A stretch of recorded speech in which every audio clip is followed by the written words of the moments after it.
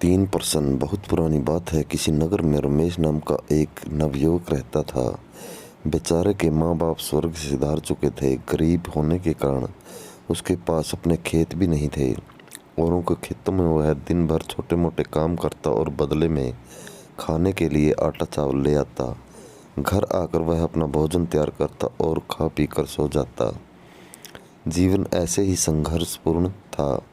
ऊपर से एक और मुसीबत उसके पीछे पड़ गई। एक दिन उसने अपने लिए 4 रोटियां बनाई, हाथ मुंह धोकर वापस आया, तब तक 3 ही बची। दूसरे दिन यही हुआ। तीसरे दिन उसने रोटियां बनाने के बाद उस स्थान पर नज़र रखी। उसने देखा कि कुछ देर बाद वहाँ एक मोटा सा चूहा आता है और एक रोटी उठाकर वहाँ से जाने लगता है। रमेश तैयार रहता है। वह फौरन चूहे को पकड़ लेता है। चूहा बोला, भैया, मेरी किस्मत का क्यों खा रहे हो? मेरी चपाती मुझे ले जाने दो। तुम्हें ले जाने दी तो मेरा पेट कैसे भरेगा? मैंने पहले से ही अपने जीवन में परेशान हूँ। ऊपर से अब पेट भरकर खाना भी ना मिले तो मैं क्या करूं? ना जाने मेरे जीवन में खुशहाली कब आएगी। रमेश बोला। इस पर चूहे ने कहा, तुम्हारे सारे सवालों का जवाब तुम्हें मतंग ऋषि दे सकते हैं। रमेश ने पूछा, कौन है वह? चूहे ने उत्तर दिया, वह एक पहुँचे हुए संत है। उत्तर दिशा में कई पर्वत और नदियों को पार करके ही उनके आश्रम तक पहुँचा जा सकता है। तुम उन्हीं के पास जाओ, वहीं तुम्हारा उद्धार करेंगे। रमेश चूहे की बात मान गया और अगली सुबह ही खाने पीने की गंठरी बांधकर आश्रम की ओर बढ़ चला। काफ़ी दूर चलने के बाद उसे एक हवेली दिखाई दी।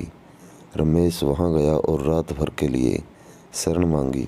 हवेली की मालकिन ने पूछा, बेटा, कहाँ जा रहे हो? रमेश ने कहा, मैं मतंग ऋषि के आश्रम जा रहा हूँ। मालकिन, बहुत अच्छा। उनसे मेरे एक प्रश्न का उत्तर मांग कर लाना कि मेरी बेटी 20 साल की हो गई है। वह देखने में अत्यंत सुंदर है। उसके अंदर हर प्रकार के गुण भी विद्यमान हैं। बेचारे ने अभी तक एक शब्द नहीं बोला है। पूछना वह कब बोलना शुरू करेगी? और ऐसा कहते कहते मालकिन रो पड़ी। रमेश बोला, जी आप परेशान ना हो, मैं आपका उत्तर ज़रूर लेकर आऊँगा। रमेश अगले दिन आगे चल पड़ा। रास्ता बहुत ज़्यादा लंबा था। रास्ते में उसे बड़े बड़े बर्फीले पहाड़ मिले। उसे समझ नहीं आ रहा था कि कैसे पार करूं। समय बीत रहा था, तभी उसे एक तांत्रिक दिखाई दिया जो वहां बैठकर तपस्या कर रहा था। रमेश तांत्रिक के पास गया और उससे बोला कि मुझे मतंग ऋषि के दर्शन को जाना है। कैसे जाऊं? रास्ता तो बहुत ही परेशानी वाला लग रहा है। तांत्रिक बोला, मैं तुम्हारा सफ़र आसान बना दूंगा, पर तुम्हें मेरे एक प्रश्न का उत्तर लाना होगा। रमेश, किंतु जब आप मुझे वहां पहुंचा सकते हैं तो स्वयं क्यों नहीं चले जाते? तांत्रिक बोला, क्योंकि मैंने इस स्थान को छोड़ा तो मेरी तपस्या भंग हो जाएगी। रमेश ने कहा, ठीक है, आप अपना प्रश्न बताएं। तांत्रिक ने कहा, पूछना मेरी तपस्या कब सफल होगी? मुझे ज्ञान कब मिलेगा? रमेश बोला, ठीक है, मैं इस प्रश्न का उत्तर ज़रूर लाऊंगा। इसके बाद तांत्रिक ने अपनी तांत्रिक विद्या से लड़के को पहाड़ पार करा दिया। अब आश्रम तक पहुंचने के लिए सिर्फ एक नदी ही पार करनी थी। रमेश इतनी विशाल नदी देखकर घबरा गया। तभी उसे नदी के किनारे एक बड़ा सा कछुआ दिखाई दिया। लड़के ने कछुए से मदद मांगी। आप मुझे अपनी पीठ पर बिठाकर नदी पार करा दीजिए। कछुए ने कहा, ठीक है। जब दोनों नदी पार कर रहे थे तो कछुए ने पूछा, कहाँ जा रहे हो? रमेश ने उत्तर दिया, मैं मतंग ऋषि से मिलने जा रहा हूँ। कछुए ने कहा, ये तो बहुत अच्छी बात है। क्या तुम मेरा एक प्रश्न उनसे पूछ सकते हो?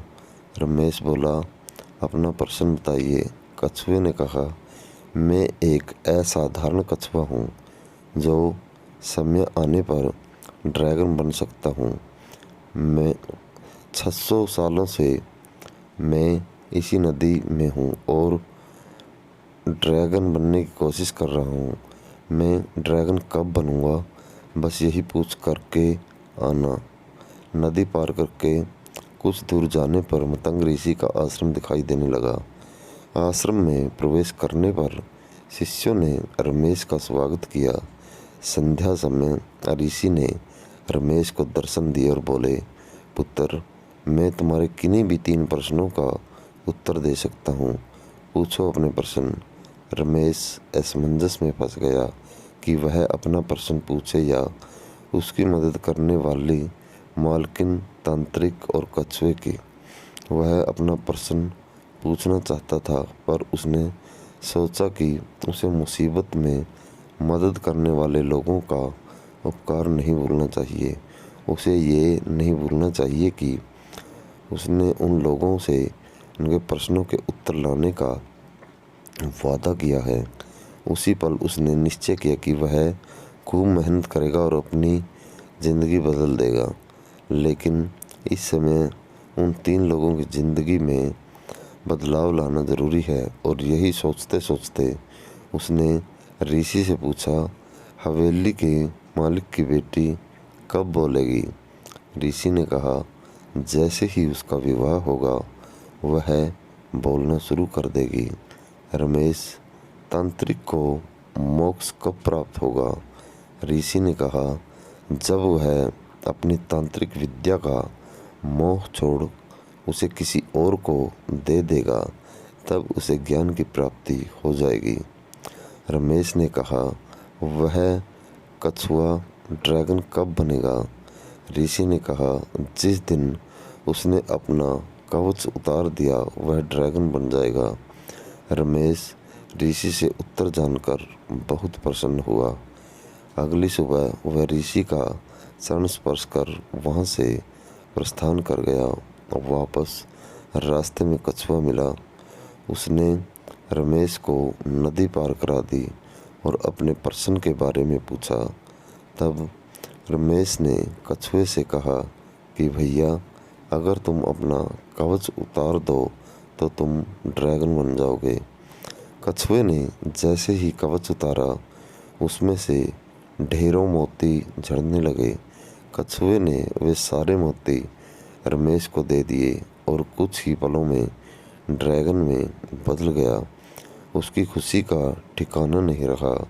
उसने फौरन रमेश को अपने ऊपर बिठाया और बर्फीली पहाड़ियाँ पार करा दी। थोड़ा आगे जाने पर उसे तांत्रिक मिला। रमेश ने उसे ऋषि की बात बता दी कि जब आप अपनी तांत्रिक विद्या किसी और को दे देंगे तो आपको ज्ञान की प्राप्ति हो जाएगी। तांत्रिक बोला, अब मैं कहाँ किसे ढूंढने जाऊँगा? ऐसा करो, तुम ही मेरी विद्या ले लो। और ऐसा कहते हुए तांत्रिक ने अपनी सारी विद्या रमेश को दे दी और अगले ही क्षण उसे ज्ञान प्राप्ति की अनुभूति हो गई। रमेश से वहाँ से आगे बढ़ा और तांत्रिक से मिली विद्या के दम पर जल्द ही हवेली पहुँच गया। मालकिन ने उसे देखते ही पूछा, क्या कहा ऋषि मतंग ने मेरी बिटिया के बारे में? जिस दिन उसकी शादी हो जाएगी वह बोलने लगेगी। रमेश ने उत्तर दिया। मालकिन बोली, तो देर किस बात की है? तुम इतनी बड़ी खुशखबरी लाए हो, भला तुमसे अच्छा लड़का उसके लिए कौन हो सकता है? दोनों की शादी करा दी गई और सचमुच लड़की बोलने लगी। रमेश अपनी पत्नी को लेकर गांव पहुंचा। उसने सबसे पहले उस चूहे को धन्यवाद दिया और अपनी नई हवेली में उसके लिए भी रहने की एक जगह बनवा दी। दोस्तों, कभी जीवन से हार चुके रमेश के पास आज धन दौलत, परिवार, ताकत सब कुछ था, सिर्फ इसलिए क्योंकि उसने अपने पर्सन का त्याग किया था।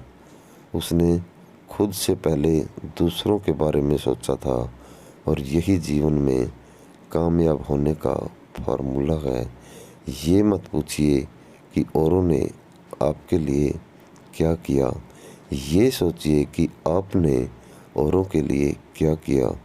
जब आप इस सेवा भाव के साथ दुनिया की सेवा करेंगे और दूसरों के लिए अपनी इच्छा का त्याग करेंगे तो ईश्वर आपके जीवन में भी चमत्कार करेगा और त्याग की ताकत से आपको जीवन की हर खुशियाँ सहज ही प्राप्त हो जाएंगी। दोस्तों, ऐसी ही मोटिवेशनल और मनोरंजक कहानियाँ सुनने के लिए हमारे चैनल को सब्सक्राइब करें और बेल आइकन को प्रेस कर लें ताकि आगे आने वाली वीडियो का नोटिफिकेशन आपको मिलता रहे और शेयर करना न भूलें। दोस्तों, धन्यवाद।